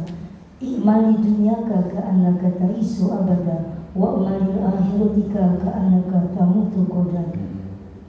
Bekerjalah, beramalah engkau di dunia seolah engkau akan hidup selama-lamanya, tapi janganlah engkau lupa beramal untuk akhiratmu, karena engkau esok akan meninggal. Artinya begini, kalau kita ini kan alhamdulillah rajin ke taklim dari hari Senin sampai hari Minggu, apakah pagi, siang, sore atau malam.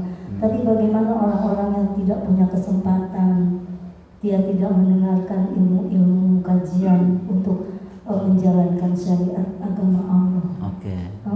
Pertanyaan. Apalagi dia nggak mengerti gitu akan rukun-rukunnya gitu, dia hanya ikut-ikutan gitu. Bagaimana Pak Kiai? Oke, baik.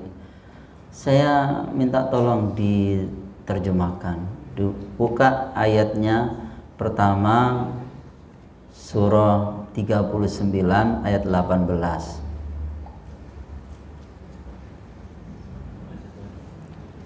Jadi jawabannya pertama surah 39 Az-Zumar ayat 18.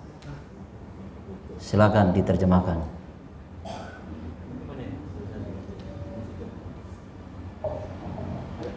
Bismillahirrahmanirrahim. Yaitu mereka yang mendengarkan perkataan lalu mengikuti apa yang paling baik di antaranya. Mereka itulah orang-orang yang telah diberi petunjuk oleh Allah, dan mereka itulah orang-orang yang mempunyai akal sehat. Oke. Kita pending ayat ini terlebih dahulu. Kaitkan di surah Qasas, surah 28 ayat 56. 28-56. Nanti baru saya jelaskan.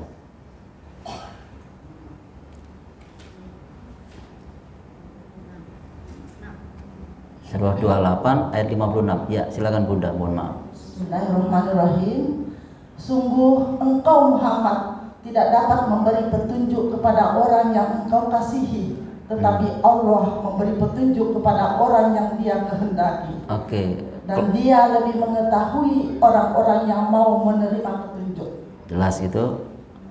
Closingnya di surah Yasin, surah 36 ayat 11.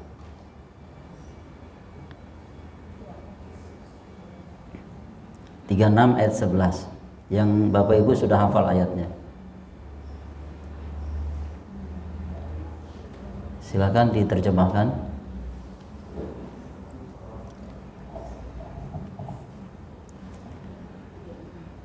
Bismillahirrahmanirrahim. Sesungguhnya engkau hanya memberi peringatan kepada orang-orang yang mau mengikuti peringatan dan yang takut kepada Tuhan yang Maha Pengasih. Walaupun mereka tidak mau melihatnya, maka berilah mereka kabar gembira dengan ampunan dan pahala yang mulia. Baik, kita perhatikan, kita kaitkan beberapa ayat tadi. Pertama surah Az-Zumar ayat 18.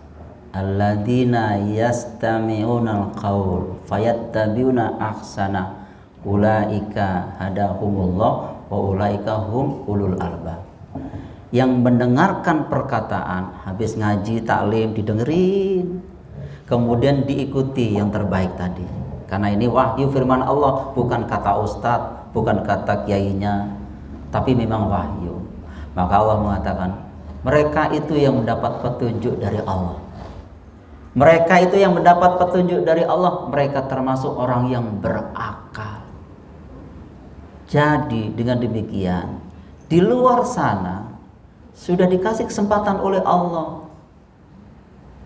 Sudah dikasih kesempatan oleh Allah. Waktunya 24 jam. Tergantung menggunakan waktu tersebut. Deposito waktu sudah Allah kasih. Ada yang dikasih waktu 24 jam tidur terus juga ada. Tidur kerjanya. Game online begini. Ada juga 24 jam. Ada juga dikasih 24 jam tekun beribadah juga ada. Ada yang dikasih 24 jam itu enggak bosan-bosannya tiap hari di pasar juga ada. Pasar aja begini. Sampai tua di pasar aja. Ada juga.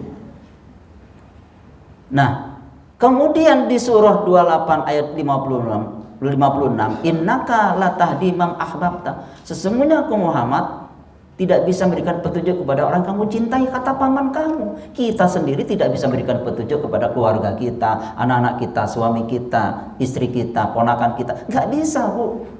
Hanya Allah yang memberikan petunjuk. Kemudian Allah akan memberikan petunjuk kepada orang yang Dia kehendaki. Artinya yang bersangkutan mau mengendaki diberi petunjuk gitu. Bukan berarti nunggu, bukan. Move, nyari, gerak, nyari dong. Di ujung ayat itu, innaka la tahdi man ahbabta. Sesungguhnya, ya maaf, wa huwa a'lamu bil muhtadin. Dia Allah tahu siapa yang mau menerima petunjuk. Allah tuh tahu siapa yang mau menerima petunjuk. Mau itulah dasar daripada ikhlas. Kita mau diatur oleh Allah. Ini orang yang ikhlas. Mau. Karena tidak semua manusia mau diatur oleh Allah.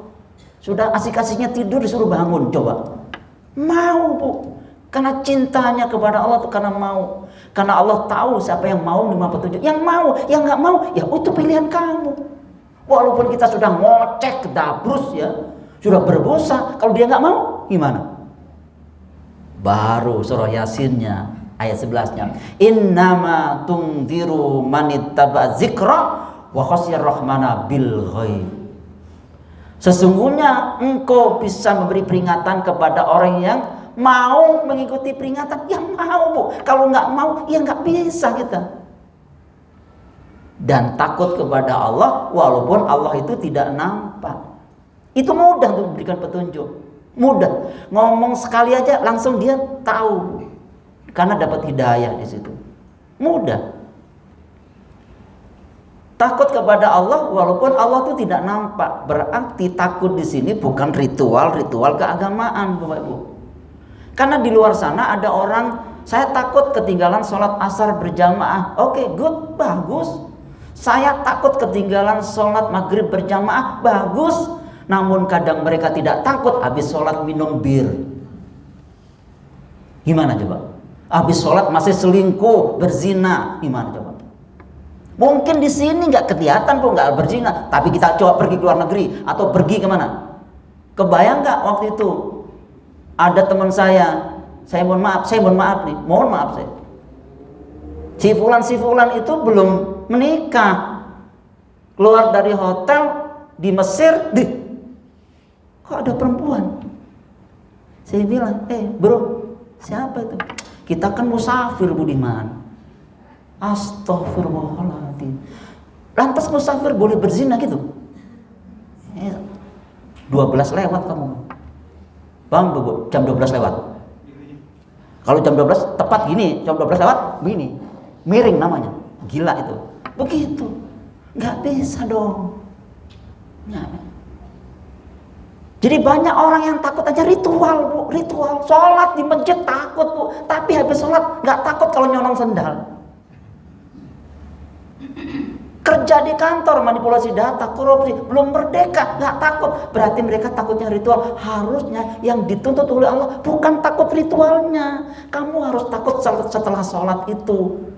Karena sholat melahirkan orang yang jujur. Hingga detik ini kita belum pernah dengar ada orang korupsi rakaat walaupun sholat sendirian. Bukan begitu? Sholat subuh kesiangan berapa rakaat?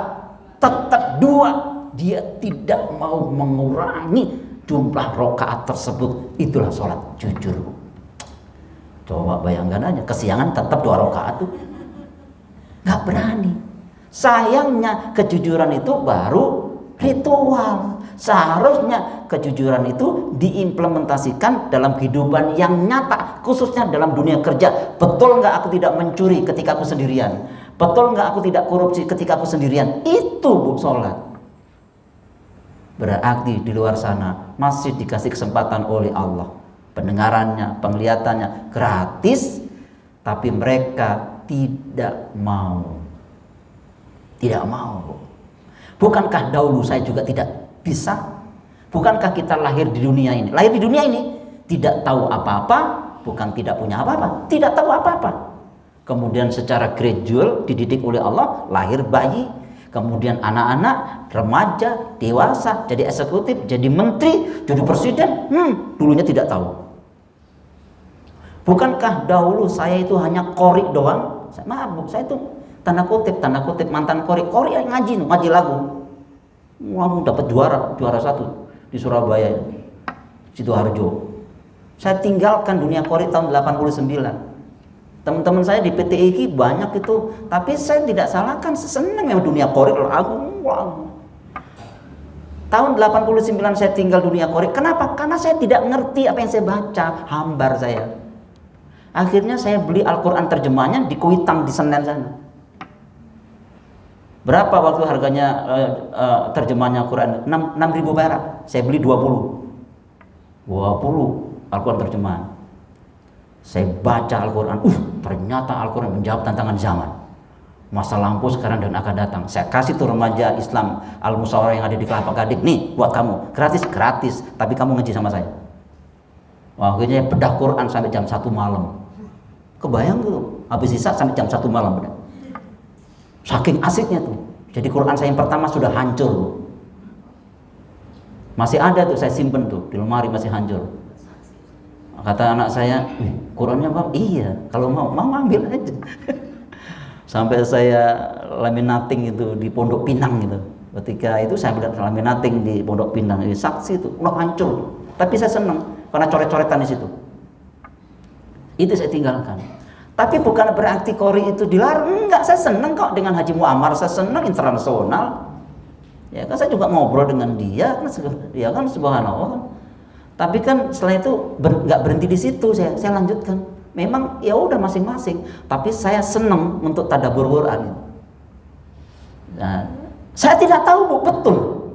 Tiba-tiba akhirnya saya tahu, surah 3 itu surah Al-Imran berapa ayat? 200 ayat. Surah An-Nisa surah keempat berapa ayat? 76 ayat. Begitu kan, terus begitu. Ya, kan begitu. Lama-lama tahu, Al-Baqarah surah kedua. Nah, sekarang Ibu berarti itu urusan Ustadz. Bukan Bu. Urusan kita bersama supaya kita mau loh Bu. Mau untuk apa? Menggali tadabbur Al-Qur'an, mau Bu. Dan hari ini Bapak Ibu masih diberi kesempatan untuk apa? Lebih dekat dengan Allah karena masih hidup loh. Ya kan? Oke, saya kira demikian ya. Yang mau ya. Semuanya ada kemauan, cuma mereka nggak mau. Ada lagi yang ditanyakan? Cukup ya? Oh, silakan Bunda. Maaf. Mau tanya Ustaz. Iya Bunda. Sebagai orang tua, usia berapa kita harus memperingati kepada anak-anak? Misalnya sudah disekolahkan di madrasah, Oke. lalu setiap waktu kita sudah ikut kajian apa begitu. Tapi waktu sholat itu saya ragu-ragu apakah dia mengerjakan apa tidak gitu. Karena misalnya di sholat itu kalau laki-laki kan harus ke masjid. Iya, betul. Mungkin dia karena takut gitu, jadi hanya sekedar bangun sebelum subuh, tapi dia pergi bawa sarung, tapi tidak ke wudhu dulu, tidak mandi dulu. Gitu. Nanti pulang saya lihat, kok mukanya masih ada bekas-bekas wudhu begitu. Iya. Gimana begitu? Itu sampai usia berapa Ustaz? Baik, bagus sekali pertanyaannya. Jadi secara umum di surah 66 ayat 6 ya, itu kan surah At-Tahrim ayat 6. Ya ayyuhalladzina amanu qu anfusakum wa ahlikum nara. Jagalah dirimu dan keluarga kamu dari siksa api neraka yang bahan bakarnya adalah manusia dan batu penjaganya malaikat-malaikat yang kasar. Seharusnya idealnya Bu, idealnya dari mana kita mendidik anak idealnya nih? Sejak kapan lah, sejak kapan kita mendidik anak idealnya? Ada 3 fase idealnya. Pertama adalah sebelum jadi konsep. Sebelum jadi konsep tuh. Apa artinya sebelum jadi konsep tuh? Artinya dari mana mendidik anak sebelum jadi konsep? Dari food, makanan. Dari makanan. Ya. Saya jelas secara global aja. Ibu tulis saja sebagai referensi. Dari makan, dari mana? Di surah 80 ayat 24 dijelaskan oleh Allah, fal yanzuril insan ila ta'ami. Dalam manusia itu memperhatikan makanannya. Kemudian di surah 2 Al-Baqarah ayat 168 dianjurkan oleh Allah mencari makanan yang halal dan baik dan jangan mengikuti langkah-langkah setan. Bagi orang mukmin di surah 2 ayat 172 dijelaskan oleh Allah, makanlah yang baik, yang berkualitas, yang bergizi sebagai tanda untuk bersyukur kepada Allah. Apa korelasinya mendidik anak sebelum jadi konsep? Makanan, jika kita makan, makanan itu kita konsumsi, sebagian jadi daging, sebagian jadi darah, sebagian pula jadi spermatozoa, sperma atau nutfah air mani. Ketika nutfah air mani ditumpahkan kepada ovum, terjadilah fertilisasi. Kalau itu didapati dari makanan yang bergizi, makanan yang halal, maka anak ini potensi menjadi anak yang soleh. Karena ditumpahkan kepada ovum tadi, spermanya halal, nutfahnya halal dan berkualitas Bu. nggak ngawur makan, berkualitas, maka ini potensi menjadi anak yang soleh. Sebaliknya, kalau makanan-makanan yang haram, ya kan, esensinya yang haram itu, substansinya haram, kemudian jadi sperma atau nutfah, nutfahnya juga haram, Bu. Ketika nutfah haram itu ditumpahkan kepada ovum, maka ini potensi menjadi anak yang nakal, baru potensi. Karena makanannya haram. Karena kata Nabi, satu suap saja yang masuk di dalam tubuh kita 40 hari nggak diterima sholatnya. 40 hari nggak diterima. Kalau gitu nggak usah sholat, ya sama aja. Yang sholatnya nggak terima, paling nggak sholat kan gitu. Maka tetap optimis kepada Allah, taubat kepada Allah, dalam perjalanan Allah tetap ampuni. Itu. Yang kedua, idealnya apa? Sebelum lahir. Tetap dari makanan sebelum lahir. Dan yang terpenting doa, seperti yang diajarkan doanya seperti Nabi Ibrahim, surah 37 ayat 100, Robbi habli minas solihin, ya Allah berilah aku keturunan anak yang soleh. Setelah itu, ya kan, doa di dalam surah 7 ayat 189 surah Al-A'raf, Rabbahuma lain ataitana solihal lanakunana minas syakirin. Keduanya suami istri, ya kan, ketika istrinya digauli oleh suaminya dalam keadaan mengandung dan berat kandungannya, suami istri berdoa, ya Allah berikanlah aku, kami berdua ini anak keturunan anak yang soleh.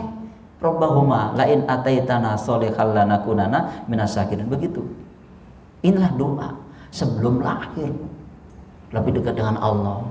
Begitu lahir baru berlaku tadi, ya kan, surah 16 ayat 78. Kemudian faktor internalnya surah 66 ayat 6, ya kan. Setelah itu faktor eksternalnya surah 25 ayatnya 27 sampai 29, itu faktor eksternal. Jadi menjaga keluarga kita, anak, bukan berarti mengawasi 24 jam. Tapi sekolahkan anak kita ke pesantren misalnya, panggil guru ngaji ke rumahnya, itu sama dengan mendidik anak.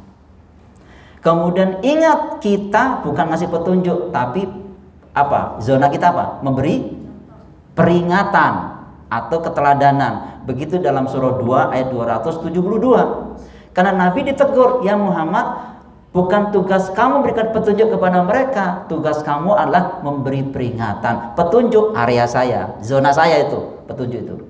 Maka mahal orang-orang mendapat hidayah itu. Kalau sudah mendapat petunjuk anak itu, begitu lahir beda doanya. Apa doanya orang tua kepada anaknya? Doanya dalam surah 14 ayat 40, Robbi ja'alni muqimas sholati wa min dzurriyyati Rabbana wa taqabbal doa. Dalam hadis, usia 7 tahun suruhlah anak-anakmu untuk mendirikan sholat. Kalau nggak mau, cubit atau pukul. Pukulnya bukan pukul pakai rotan kemudian ke dokter ntar, enggak, pukul dengan kasih sayang, ya kan. Tegas dengan kasar berbeda, Bu. Tegas dengan keras juga berbeda. Anakku jam berapa ini? Jam 6 sholat, tapi enggak sholat, tapi enggak sholat. Itu tegas namanya, Bu. Jangan terus, ya sudah nggak apa-apa, lembek itu namanya. Contoh nih, kadang suami dengan istri nggak kerjasama. Contohnya begini, bangunin tuh anakmu udah sholat subuh, kasihan, jangan besok mau ujian, kasihan, jangan besok mau ujian, biarin aja. Padahal suaminya udah bilang, bangunkan anakmu untuk sholat subuh, kasihan. Begitu jam 7 dibangun, bangun untuk apa? Untuk mandi pergi ke sekolah. Seolah-olah sekolah lebih utama daripada sholat subuh. Seharusnya subuh dulu, berdoa, bebenah, breakfast, pergi ke sekolah. Kan itu. Maka suami istri harus kerjasama. Ayo anakku. Tapi caranya bagaimana? Bapak Ibu, metodologinya di surah 16 ayat 125. Metodologinya. Ya kan? Ayo anakku sholat, tapi kan sudah ngantuk. Ya sudah, ayo duduk dulu. Ayo duduk dulu. Bapak Ibu kan, ya sudah, ayo waktunya. Ayo mama tuntut ke kamar mandi. Ayo coba lihat ambil air wudunya. Ya udah ya. Begitu metodologinya. Jangan terus flok. Wah, kasar itu namanya. Kabur, besok pergi ke kafe udah. Akhirnya terus ngepam nyimeng gitu, udah. Nah, itu yang nggak jelas itu. ya kan? Maka kasih sayang harus ada. Di surah berapa kasih sayangnya? Surah 3 ayat 159. Begitu, Bu. Ya kan? Disebabkan rahmat Allah lah kamu berlaku lemah lembut terhadap mereka. Kalau mau kasar, mereka akan menjauh dari sekelilingmu. Jadi harus lemah lembut. Kan ada nih, udah sholat, ternyata mau kenanya masih begitu. Lipetannya belum berubah, berarti anaknya belum sholat. Maka mamanya harus datang. Mama pingin kamu jadi anak yang solehah. Ya tapi mah, ayo sholat. Mau kenanya masih sama. Lipetannya dari kemarin ini. Ayo. Ya sudah kalau gitu. Tapi janji ya kasih uang saku ya. Iya. Begitu. Karena anak kita masih SMP, masih SMA. Terus maaf ya, usia 0 sampai 10 tahun isi botol, Bu. 0 sampai 10 tahun isi botol. Pokoknya didoktrin, ayo sholat, kamu ngaji. Belum diajak dialog. 10 sampai 20 dialog. Kenapa harus sholat? Kenapa harus ngaji? Itu dialog, Bu. Udah dialog. Karena dia sudah mulai berpikir, udah dewasa. Nggak doktrin lagi, Bu. Tadinya 0 sampai 10 doktrin, sholat, ngaji, mandi, sholat, ngaji, mandi. Udah gitu aja. Sholat, ayo, begitu. Itu doktrinnya 0 sampai 10. Karena lari-lari macam-macam tuh. Nanti kalau bisa 10 sampai 20, nah mulai dialog. Kenapa harus sholat? Kenapa harus ngaji, Nak? Begitu diajak dialog. Tapi begitu 20 sampai 30 itu sudah mulai mereka sudah menentukan sikap. Karena sudah mau berumah tangga. Kamu sudah gede itu. Ya udah tahu kamu mana yang cantik, mana yang enggak cantik, tahu kan? Ngomongnya begitu, biar asik gitu. Ayo mandi yang seger, kamu sebentar lagi datang tuh teman kamu. Ingat jangan lupa sholat. Udah dialog. Ya, kalau kerja yang benar ya, iya. Oke, Mam. Lagi assalamualaikum. Ya, salam. Gitu. Nah, kalau sudah 20 sampai 30 sampai 30, 40 itu sudah dewasa, Bu. Sudah menentukan saya harus kemana. Makanya kata Imam Syafi'i nih, usia 80 ya kan, ada yang seperti anak-anak juga ada. Berarti umurnya tidak berkualitas. Masih ngambek kalau digoda cucu. Usia 80 masih ngambek kalau digoda cucu. Ya Allah ya Rabbi. Berarti sebentar lagi bau tanah, padahal udah cium tanah, udah bau tanah masih ngambek gitu. Nah, ada orang yang usianya 30 tahun, 20 tahun, tapi kualitas berpikirnya seperti orang dewasa, seperti orang tua. Oh, ini juga matang di usianya. Begitu kata Imam Syafi'i. Saya kira demikian, Bunda ya. Jadi itulah beberapa tips agar anak kita betul-betul lebih dekat dengan Allah. Ingat, tujuan kita hanya mengarahkan, bukan memberikan petunjuk. Lantas berdoa kepada Allah, Allah pasti kasih petunjuk. Baik, ada pertanyaan? Cukup ya? Oke, baik. Bapak Ibu yang saya hormati, sebelum kita mendoakan Pak Haji Dedi ya, kami punya program ya, punya program namanya Pesan Desa. Pesan Desa itu pesantren dewasa dan lansia. Nah, itu ya kami adakan insya Allah tanggal 19 sampai tanggal 21 September ada di Karawaci sana ya gitu. Nah, program Pesan Desa itu 3 hari 2 malam. Jadi registrasinya itu nanti jam 14 ya. Kemudian nanti nginep sekamar hanya 2 orang. Jadi boleh suami istri juga boleh. Jadi nginepnya 2 orang, suami istri juga boleh. Karena memang penginapannya seperti hotel bintang 3 lah gitu lah. Ya kasurnya tapi king coil luar biasa ya. Tapi di situ nah nanti ada materi-materi di mana materi SPH sisa perjalanan hidup, jadi temanya menata kurikulum hidup akhir hayat husnul khotimah. Ada juga kuesioner kejujuran, kuesioner ketelitian ya. Kuesioner kejujuran nanti akan melihat diri kita Seperti kita sebagai auditor internal diri kita. Loh kok saya begini lah, kok begini. Nah, itu nanti off the record, khusus hanya Bapak Ibu yang tahu, tapi staf-staf kami nanti hanya untuk merapikan saja. Nah, karena di kuesioner kejujuran kita akan melihat diri kita. Tapi setelah itu kita harus bertobat kepada Allah SWT. Kemudian juga ada ornaba, olah rasa nafas dan batin. Nah, olah rasa nafas dan batin, katarsis, ya semuanya kita keluarkan di situ, tapi lebih dekat dengan Allah. Dan insya Allah di situ nanti ada muhasabah, ada qiyamul lail dan sebagainya, ya, ada tadabbur Al-Quran, gitu. Nanti kalau misalkan Bapak Ibu berkenan untuk mengikuti pesan desa, pesantren dewasa dan lansia, silakan, karena memang masih ada kuota, ya, maksimal 30 peserta, ya. Nah, sedikit lagi sudah ditutup. Kalau mau silakan. Baik, saya kira demikian. Kita Posting aja Ustaz di WA. ya. Posting di WA itunya apa? Oh, oke. Oh ya, di waktu itu sudah diposting belum ya? Belum. Oh, nanti diposting aja.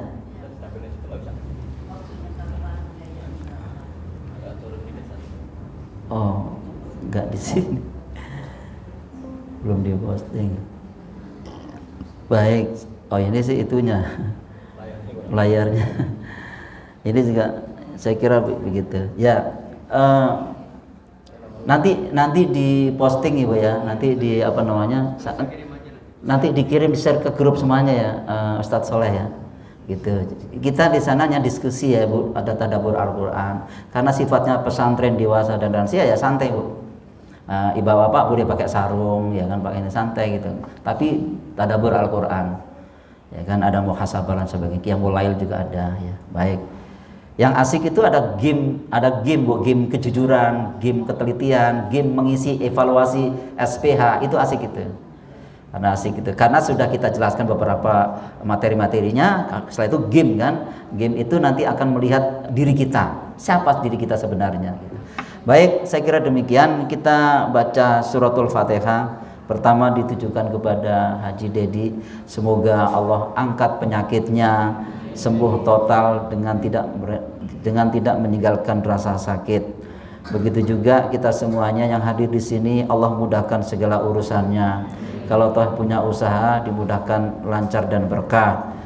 Anak-anak soleh dan solehah, kemudian panjang umur dan berkah, sukses dunia dan akhirat. Al-Fatihah. A'udzubillahi minasyaitonirrajim. Bismillahirrahmanirrahim. Alhamdulillahirabbil alamin. Ar-Rahmanirrahim. Maliki yaumiddin. Iyyaka na'budu wa iyyaka nasta'in. Ihdinas siratal mustaqim. Shiratal ladzina an'amta 'alaihim ghairil maghdubi 'alaihim waladdallin. Amin. Astaghfirullahaladzim wa atubu ilaih. A'udzubillahi minasyaitonirrajim. Bismillahirrahmanirrahim. Alhamdulillahirabbil alamin. Hamdan syakirin, hamdan na'imin, hamdan yuafi ni'am yukafi mazidak. Ya Rabbana lakal hamdu kama yanbaghi lil jalalil karim wa 'azimi sultanik. Allahumma salli ala Muhammad wa ala ali Muhammad. Allahumma ighfir lana walidayna warhamhum kama rabbayana shighara, wal jamil muslimina wal muslimat al ahya'i minhum wal amwat. Innaka qaribun mujibud da'wat ya qadiyal hajat. Rabbana atina fid dunya hasanah wa fil akhirati hasanah wa qina adzabannar. Subhana rabbika rabbil izzati amma yasifun wa salamun alal mursalin. Alhamdulillahirabbil alamin.